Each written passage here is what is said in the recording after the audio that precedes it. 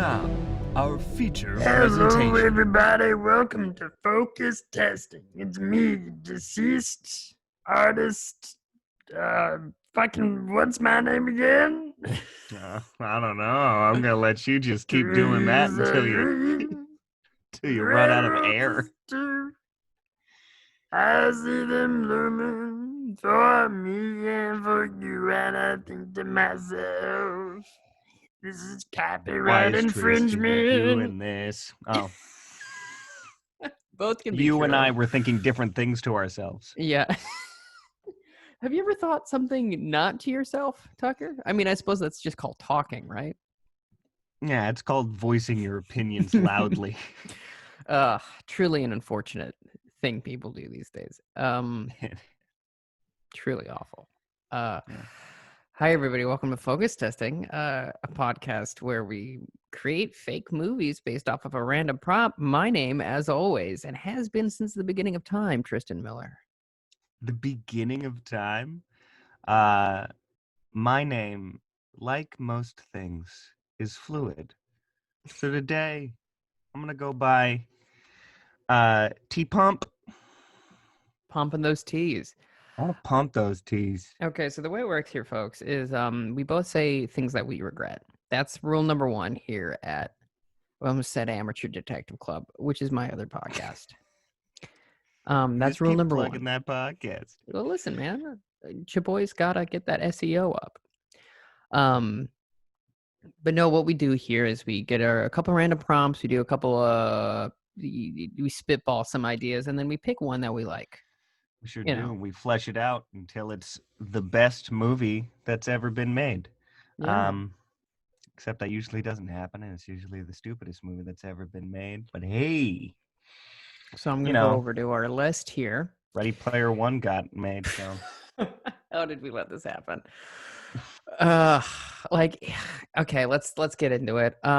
It's one of those things of like, get into Ready Player One. Yeah, let's get into it. Let's upset some nerds.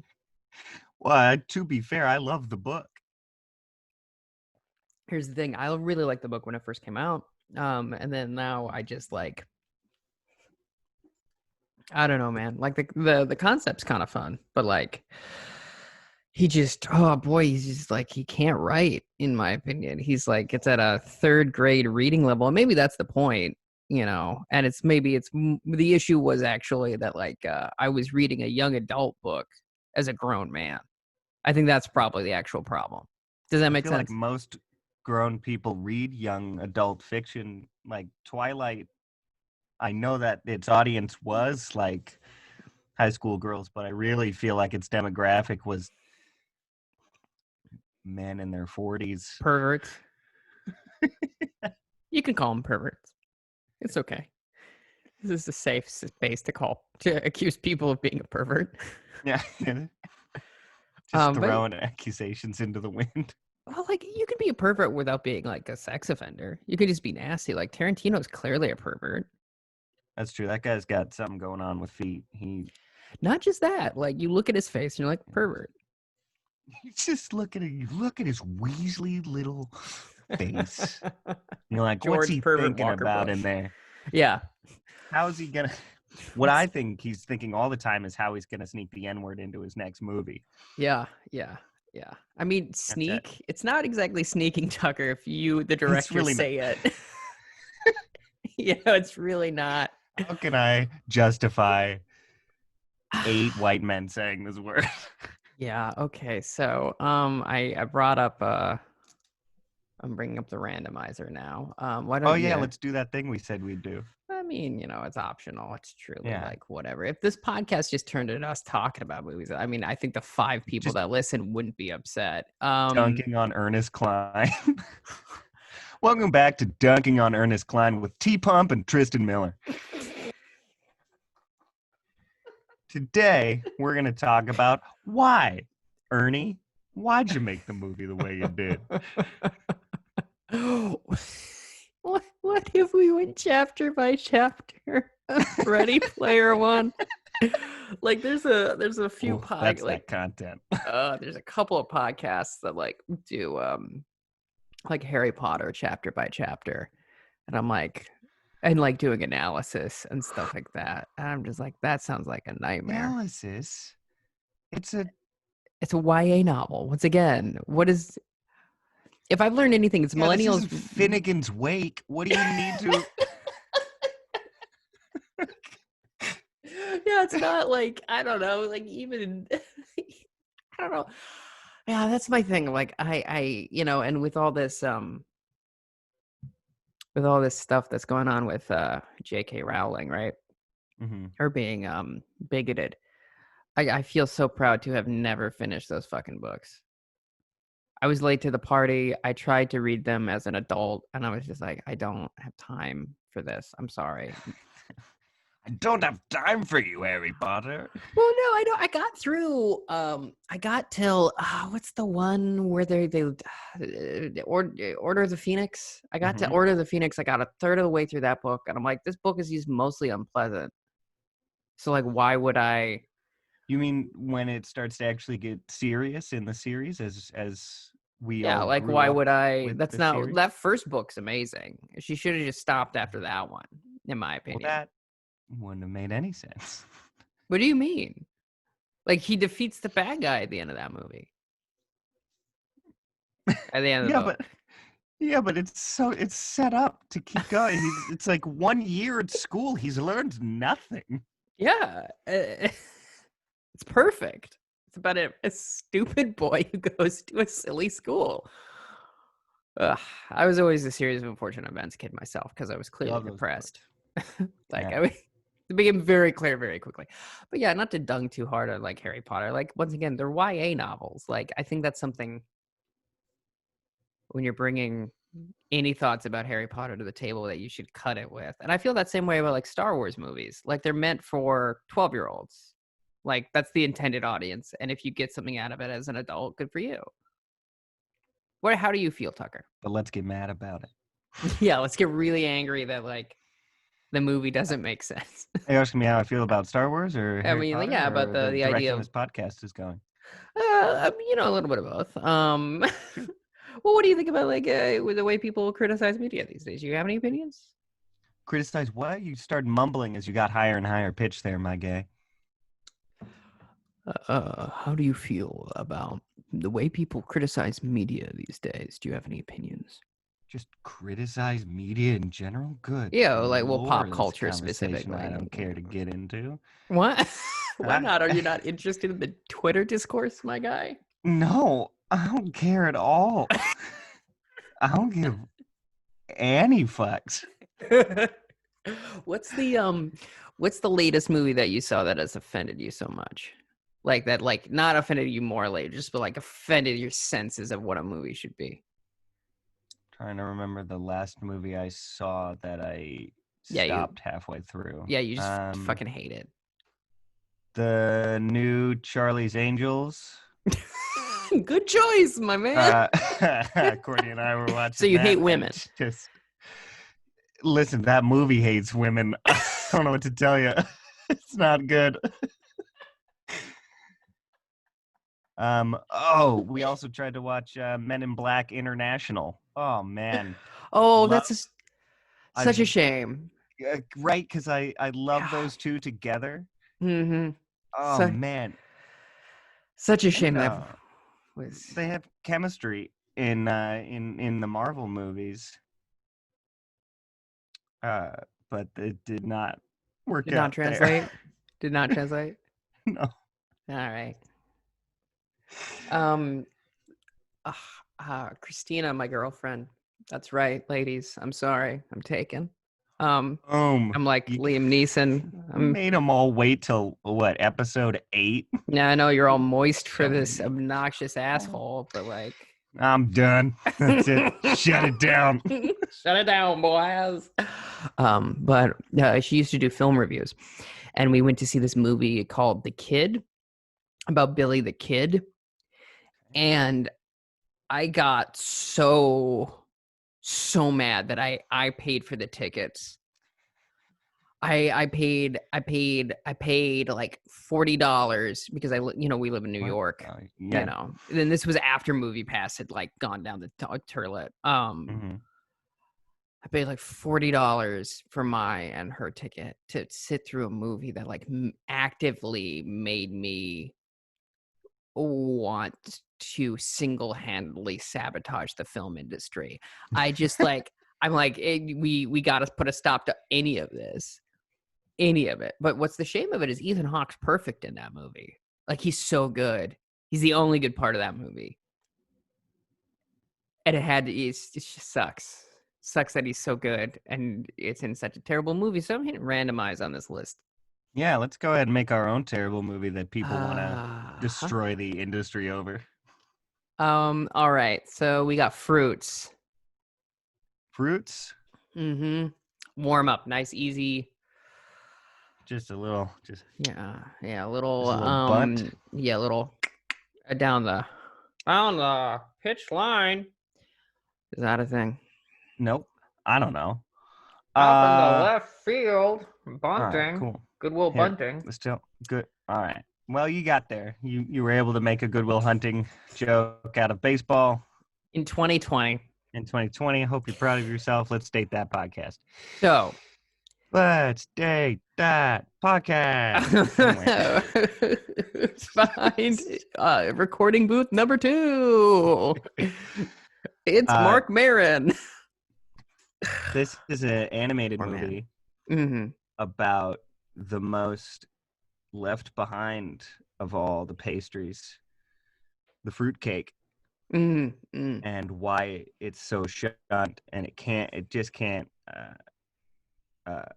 be loved. And it's like, but I combine these two great things. Why does everyone hate me so much? Fruit and cake. And as it goes through its journey, it turns out that fruitcake is just the racist uncle at every party.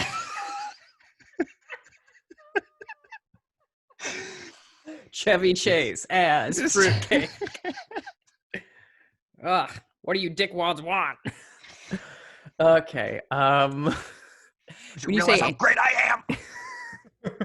In my mind, you said animated, but it's like stop motion animated with actual fruitcake, like going up and down, like flapping its mouth. Just pieces of pineapple coming out of. You love to see it, folks. You literally hate to see it. So fruit. Well, have you considered the coconut? Have I ever? I mean, yeah. That line from Moana. You remember that line from Moana? Consider the coconut and the leaves on the trees. All right. Do I have to sit here while you sing? No, my guy. No. Tell me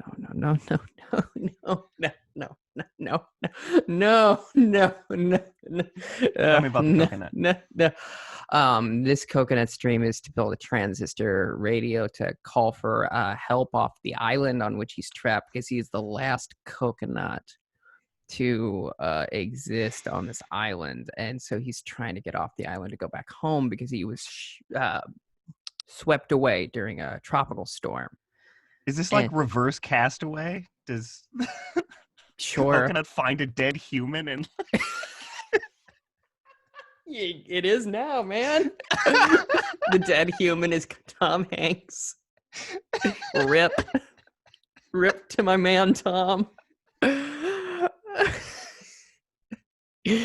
All right, let's oh boy, Cars. Okay, so we were doing Cars again.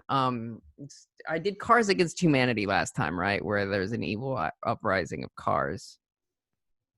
Right? I think so. I don't know. Yeah, let's say I did that. So let's try to do a different one. Let's try not to repeat the mistakes of our past. Okay, so Cars. So really original idea. This is about cars that turn into robots. No fucking way. Super cool. A lot of shaky cam. So much shaky cam. Yeah, a lot of digital characters. At one point, someone gets peed on. I don't know if you remember that from the first Transformers where John Turturro gets pissed on by Bumblebee. Yeah. So seriously, folks, this is about the Michelin Man. He gets wished to life, the Michelin Man. by an insane brat of a kid. And it's kind of an Iron Giant situation where they have to keep him secret. And like, he eventually gets accepted by society, and then he, like Frosty the Snowman, has to go away at the end. He gets popped. He goes, and then he, and it sounds like it'd be sad, except for he's doing like that wacky inflatable tube man. Yeah, and then better yet, rather than the Michelin Man, what if you turn the wacky inflatable tube man alive? That's the sequel, and it's just kill me. All right. This is a apocalypse movie, post-apocalyptic movie about a used car salesman who has somehow survived his way through this nuclear holocaust. By scamming people? By scamming people based on his skills as a used car salesman. So he turns into like I don't know where you're going with this. He turns into like an old-timey snake oil salesman traveling the wastelands. Absolutely. Yeah. Like, I got water for you. It's secretly piss. 100%. Yeah. Just his journey of survival. 100% pure we can make piss. like 5 movies out of that. Ow. Keep it in. Keep it in the edit. All right. Boy. Okay. Famous paintings.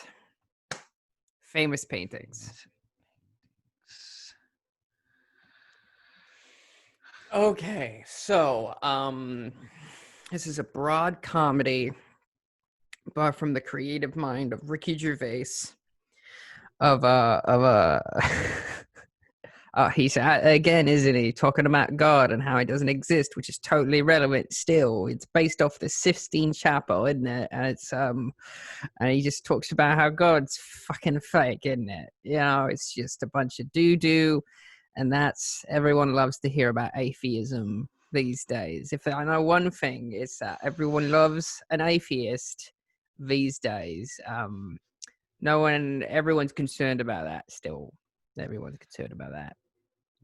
Ricky, when you were making this movie, did you go into the Sistine Chapel?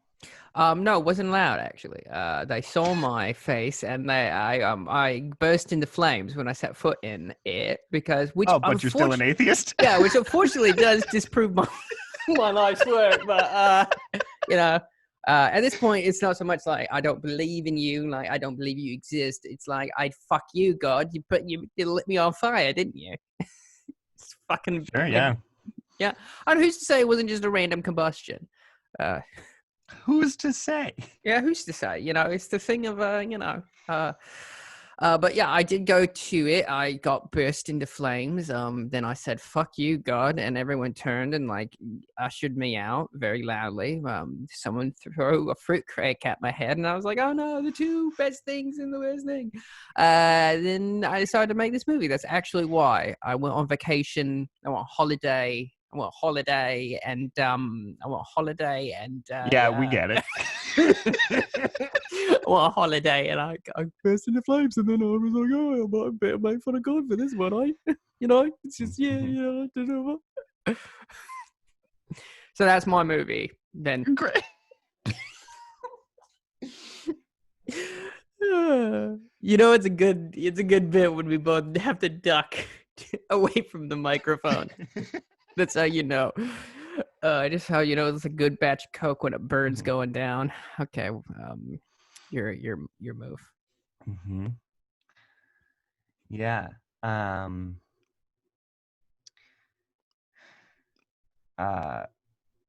Mark Rothko has a painting called Red. Oh, look at me! I'm literate. You know Mark Rothko at all? His just blocks of red color. He just does blocks of color. He pissed so many people off. Sure, I mean that makes sense, but like, so much of art is aesthetics. Like, just let him have this one. Yeah. That's why actors are mostly hot. I mean, So much of like any sort of creative thing is just about the aesthetics of the thing, and I don't think we're willing to talk about that anyway. Go on. So this movie ends up becoming a psychological thriller as man sees one of Mark Rothko's paintings and just gets so angry at the world. And I can't remember what that movement is called that he's a part of. We'll call it cubism, even though It that's might not what it is. Yeah, it's not that. But it's a cube of paint, so you know. It's a cube. He was part of that, painty swishy movement. You swish paint on a thing. Is it He starts- postmodernism? It might be How do you spell his name? Rothko, Rothko. Rothko paintings. He did not personally subscribe to any art movement, but is generally defined as an abstract expressionist. Great. So this guy starts murdering all the abstract expressionists, like in the time period where it's a period piece set back then. And you just get a bunch of like famous actors portraying these famous artists, and just all of them are slowly all hoping to getting get that murdered. Oscar for playing someone. Oh man, they want that Oscar so bad. For playing someone who really existed. So we got 6 to choose from here on the show, here on the program. Welcome back. I'm Tristan Miller, back from the break. And as for now, I'm T-Pump. Oh, well, one do you want to make? T-Pump. God. That's what I think. That's what I think of you. I like the first two the best. Gesundheit. Okay. You like the first two, which were what ones? The fruit one, the fruit cake, and what was my? Oh, the coconut thing. The coconut thing. Oh yes, and I did like your car. The car one, the Michelin Man one. I liked the fruitcake idea. I think that one has legs. I really do. I think it has a rich vein of us being absolutely moronic. Let's do it. It's like, I think my Ricky Gervais thing was too flushed out. I think it's unfair to start. Okay, so is it the holiday season? Because it's gotta be. It's just after the holiday season. All the other fruitcakes have been bought except for Chevy Chase as fruitcake. Is he a store bought? I think he's in a bakery, right? Okay. With all the other foods. And we're doing this like live action but stop motion. Yeah, like So it's Wes Anderson's fucking it's a real fruitcake that we've animated going and we see humans, but we it's like Charlie Brown. We only hear their voices, or like Muppet Babies. You only see their legs and stuff. So we open, it's snowy, we push in, we see this fruitcake. He's the only thing left on the shelf, and then there's one banana nut muffin on the shelf below him. His only friend. At some point he has to get thrown away, right? Yeah, absolutely. It's been too long. It's like February. It's like February. They're like, we can't keep this around. No one's going to do it. So they throw him in the dumpster. It's just sitting there. And it's horrifying. There's dead food everywhere. Yeah. We also want to avoid Sausage Party in a way. This is not that. Yeah. As much as it is exactly that, it's not. Yeah. As much as we're stealing that IP completely, we're not. We're not at all. And then also, so he gets thrown away, and then a rat eats his eye, right? It's got to be horrific. He's like, I got to get out of here. How does he get out of here? Oh, just like grossly sloughing his way up and out, and he comes down, and he's like sort of mushes himself. He becomes a gelatinous. I have it. Yeah. He then gets kicked into the sewer. Oh man. Where he gets thrown into the Hudson, Yeah. near a nuclear fucking plant. You know where I'm going with this. He Yeah. then turns into a giant fruitcake monster Yes. and Yes. terrorizes the Yes. city. And then the Michelin Man Mhm. has to fight. Yes. Crossover. Has to fight him. Obviously. Yes. Kind of like the end of Michelin Man Ghostbusters. versus racist fruitcake. We did get It's the- away from the racism, didn't It's we? the new Sharknado. Yeah, absolutely. So how do they defeat this monster? I think Michelin Man should be like, okay, we got a plan, that we established in a previous film. And then Yeah. Michelin Man goes, and then he just pops and goes like a balloon goes. Saying Michelin Man. So Michelin Man was defeated And then he lands in the Hudson and floats away. Yeah. Yeah. he's by the defeated fruitcake. Okay. By the fruitcake, who has like a pin or something like really obvious. Or he falls back down on like he pushes Michelin Man over. I'm imagining these things are giant, right? Yeah. Oh, huge. And onto the Empire State Just Building. imagine. Yeah, just pushes him over. He's like, fuck you, man. And then he says some sort of like derogatory thing Mhm. about Germans. I assume Michelin. I don't know why. Maybe. I don't It's know. very white. Yeah, he says something rude, and then the Michelin Man goes, Mhm. and then so they have to call in. Like, how are they going to defeat him now?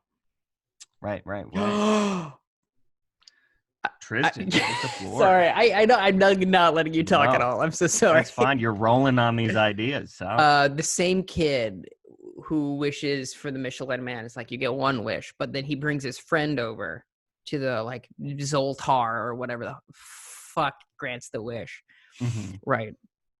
And the other kid wishes for hungry hippos to exist in reality. And then they're going after that. But like, I feel like it quickly turns into like a Jumanji thing where like there's too much going on. Like other kids. It's absolutely insane. Yeah, other. Okay, Jimmy Stewart. Absolutely insane. You know what the thing that they make the wish on is, though? What? It's the banana nut muffin. The banana proceed. butt muffin. Banana muffin. Banana nut. Glad we both got there at the same time. You love to see synergy on a podcast. You love to see it, folks. But yeah, so it's when you wish upon a banana nut muffin. Yeah, that classical trope. You wish on a banana nut muffin. So they're wishing on this banana, but like it quickly word gets out, right? And so kids start wishing for like crazy stuff, and it's this rule of like it can only be children, much like Fairly Mhm. Odd Parents stuff. It can only be kids because otherwise you'd have like someone show up and like Because it's start like, fucking with the economy. hey, someone just gave you a banana nut muffin as a treat. You deserve a wish. Rude. Who's the banana nut muffin played by? Banana nut muffin. I mean, it's got to be played by Morgan Freeman. When you wish on a banana nut muffin, you truly get only one wish. I got one for you, and that is it. I absolutely cannot grant you more through the three wishes. I'm not Robin fucking Williams. I'm banana nut muffin. You're lucky you get one, motherfucker. Why does he sound like he's so jealous of Robin Williams? What's going on, Morgan? Listen, I always wanted to be a comedic actor. People took me too seriously. I did get to play God in that, a couple of those films. A lot of people didn't see Evan Almighty. Shame. Good movie. Was it? I didn't see it. Was it pretty good movie? fun? It was like Let's do a review of Evan Almighty in the middle of this. Okay, it was pretty good. Let's be honest. Steve Carell after Post Office was like Post Office. That's fun. After Post Office. Post Office was like looking for a few vehicles, and this this Was ain't that it, post man. office? I believe so. I'm gonna go on the IMDb here. Oh yeah. Yeah, Morgan? here am I, Morgan You don't Freeman. remember it? No, I From your- don't. I don't You getting remember what quieter, I. Morgan? You know Is that what? what's I'm happening? too busy avoiding certain allegations in my career right now. But look, do a Google. Evan Almighty is 2007. When did the Office, and when did he leave the Office? I wonder. See, that's the thing I actually don't know. I clearly knew that it was. Oh no, they were in the middle of that shit. That was like the second year of the Office. So. Oh, he was like, oh, the Office is definitely getting canceled. Oh, for sure. I spoke to Steve a few times, and he was like, I can't believe how long you've been doing this impression. I spoke to next turn into Foghorn Leghorn. Now. Happened so fast. Yeah, I can't. He was like, this show doesn't have legs. That's why I'm trying to be a movie star. I always wanted to be a movie star. That's why I started doing fucking improv. That improv, which is why he was jealous of. Why we're both jealous of Robin Williams. He managed to do it. Steve. There we go. couldn't. We brought it back around. Interview's over. Thank you so much. Goodbye. BuzzFeed. All right, so it's played by Morgan Freeman.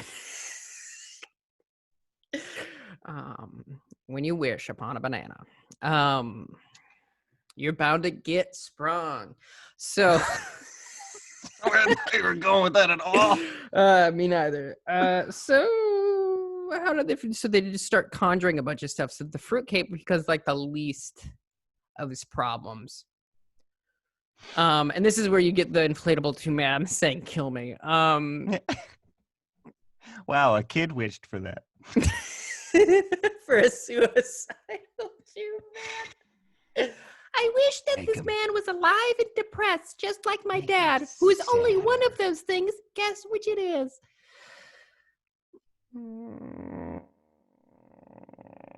It's too real. Moving on. Up. Moving on up. The way Moving on up. I think the way that it has to be, the magic has to be undone. Oh, okay. At the end to get everything, because there's nothing. Because if it's just all magic compounding on itself, the way that it gets reversed is by the magic disappearing because the banana nut muffin is no longer granting the wishes, because the one little girl who's pure of heart, the banana nut muffin says, you I'm trying to. It's me trying to jumpstart a Morgan Freeman impression. Okay, what do you? Let's get. Remember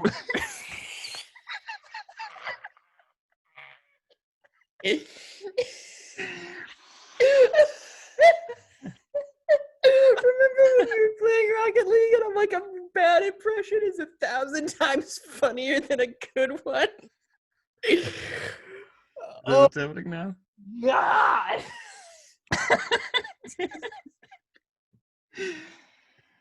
I'm sorry that you ended up with a banana nut muffin. See, that's bad. That's Thanks for noticing me. That's fucking. And the little girl is like, actually, this is exactly what I wanted. Is for the world to be in chaos? No, is for a banana nut muffin as a treat. Yeah, I was gonna say the banana nut muffin has to get eaten, right? Like that's and so she eats the banana nut muffin. It gives one lone little happy tear because it has fulfilled its purpose as a pastry. Yeah, a pastry's purpose. And like as the world is on fire, there's like slow mo. We're gonna do like an Avengers. The second to last movie, not Endgame. The other one. Infinity War? Infinity War. That one, where they warred for infinity. Where they just start like dusting, all the magical things, just like the hungry hippos is about to eat the Statue of Liberty. And it just turns to dust. And the Statue of Liberty is fine. And then the Statue of Liberty turns to dust. It's a metaphor. Yeah, okay. I was just trying to But think. the fruitcake's got to be the last to go, right? It's got to be the Spider-Man, but instead of saying something sad and hopeful, Just said something racist. It's like right before. It's like, oh, I know whose fault this is. It's the, and then it like gets that first letter out that we're all thinking about. And Tarantino's like, oh man, he could have. Oh, jeez. Okay, I like that. So cool. So to recap, folks, it's a holiday movie. it's really at its heart, it's a holiday movie, like Die Hard. Die Hard. Die Hard with a Vengeance. Never seen that film. Never seen Die Hard. Any of them? No, none of them. We weren't a should, Bruce Willis household. You should see the first one. I mean, Alan Rickman. Mwah. Mwah, mwah. Yeah, rip. Mwah. Ew. That's how I do. Kiss, if he was alive, would Yeah. you kiss Alan Rickman on the mouth? Yes. What? Yes. No question. Here and pucker up. Yeah. Okay. That's cool. A lot of rumors that he was a homosexual. Did you know that? Or one of those bisexual men that do exist. What? They just like the Eminem commercial. They do exist. You remember that Eminem commercial, right? I do. I love it. Yeah, where they meet Santa Claus. Yeah. The yellow M&M is my man J.K. Simmons. Yeah, and the red M&M is my boy Billy West.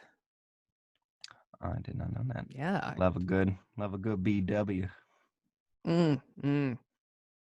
BBW. Beautiful Billy West. So beautiful.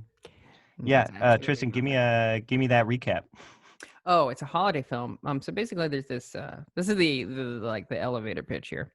Mhm. So it's a fruitcake is alive and gets thrown in the garbage, gets kicked then from the garbage into the sewer, gets in contact with nuclear waste, becomes a monster, and there's also a magical banana nut muffin.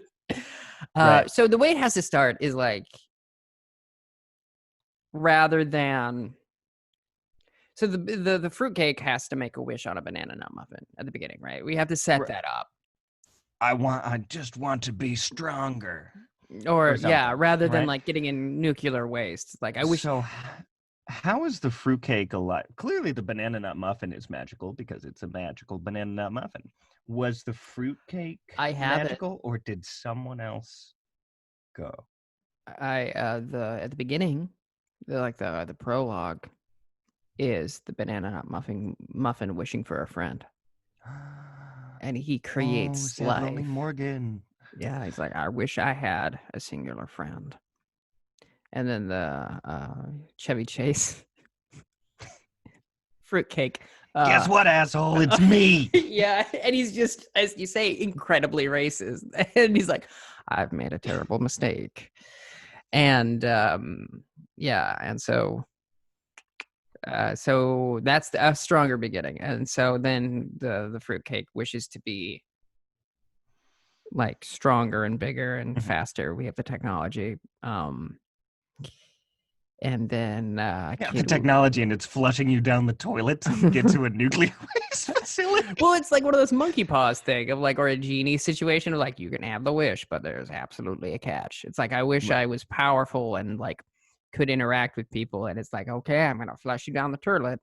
And I once heard a man say turlet unironically, like that was just his accent, and my mind melted. Like it's just like I physically couldn't.